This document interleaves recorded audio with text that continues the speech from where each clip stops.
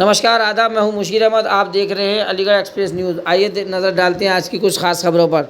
Samajwadi party प्रत्याशी चौधरी विजेंद्र सिंह ने DM को सौंपा ज्ञापन। पीएम को अब मुख्यमंत्री पर नहीं रहा भरोसा, परिणाम बदलवाने के लिए लगाया केंद्रीय सुरक्षा बल।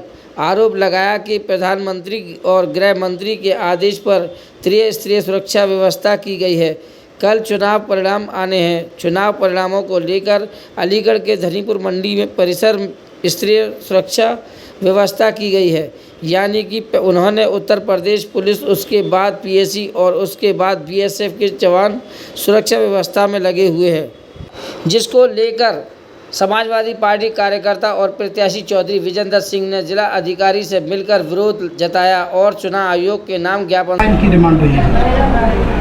देखिए, जो 15 अलीगढ़ पार्लियामेंट्री कॉन्स्टिट्यूंसी के जो कैंडिडेट है विजेंद्र सिंह, उनके द्वारा आकर के मतगणना के संबंध में बातचीत करने के लिए आए थे और उनका एक जो 3 टियर सिक्योरिटी में सीपीएमएफ के जो तैनाती के संबंध में उनको कुछ बिंदुओं के संबंध में उन्होंने इश्यूज़ रेज़ किया था और इसके संबंध में बातचीत हुई। उसमें बहुत क्लियर कट है, आरओ हैंडबुक के जो प्रोविजंस हैं 15.6.4 उसमें जो सिक्योरिटी अरेंजमेंट्स के संबंध में बहुत विस्तार में दिशा निर्देश है और इसमें जो 3 टियर सिक्योरिटी अरेंजमेंट है उसमें जो फर्स्ट टियर है वहाँ पे स्टेट पुलिस और सेकंड टियर में हमारे पीएसी और थर्ड टियर में जो सिक्योरिटी के पॉइंट ऑफ व्यू से वहाँ पे सीपीएमएफ की तैनाती की व्यवस्था आयोग के द्वारा निर्धारित है। तो इस व्यवस्था के संबंध में हम लोगों ने उनको बता दिया गया, उसके पूरे प्रोविजंस के बारे में बता दिया गया और ये भी बता दिया गया है कि जो एसओपीस हैं उसके जो काउंटिंग हॉल के अंदर जो रिटर्निंग ऑफिसर और जो संबंधित एआरओ उनके दिशा निर्देश के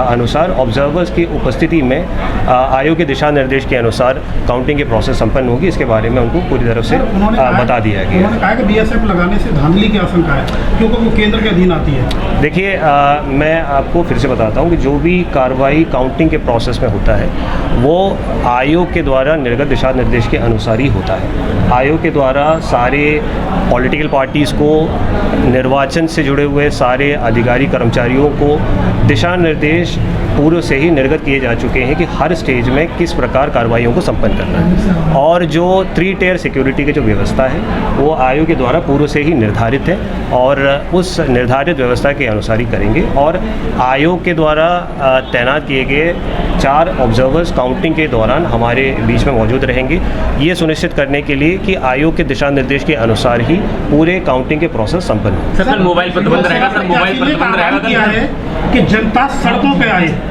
तो कैसे लॉ एंड ऑर्डर खराब नहीं होगा? देखिए, मतगणना के दौरान और मतगणना के बाद जो मतगणना केंद्र और उसके आसपास के क्षेत्र और पूरे जनपद में भी जो शांति व्यवस्था कायम करने की जिम्मेदारी प्रशासन का है और उसके संबंध में भी आयोग की तरफ से पूरी तरह से दिशा निर्देश। तो मैं सबको ये भी बताना चाहूँगा कि मतगणना केंद्र के आसपास और अंदर ही नहीं, पूरे शहर में लॉ एंड ऑर्डर का जो स्थिति सामान्य रखने की जिम्मेदारी प्रशासन का है और उसके दृष्टिगत रखते हुए समस्त आवश्यक कार्रवाई सुनिश्चित की जा रही है। मोबाइल प्रतिबंध रहेगा पूरी तरीके। मोबाइल के संबंध में जो दिशा निर्देश हैं कैंडिडेट्स को, एजेंट्स को, कर्मचारियों को, सारे लोगों को उपलब्ध की जा चुकी है और इसको जैसे मैंने कहा है 3 टियर जो व्यवस्था है उस व्यवस्था के माध्यम से वहाँ पे मोबाइल के जो आवागमन पर जो कंट्रोल है, जो चेक्स एंड बैलेंसेस है उसको सुनिश्चित की जाए। Thank you. ठीक है।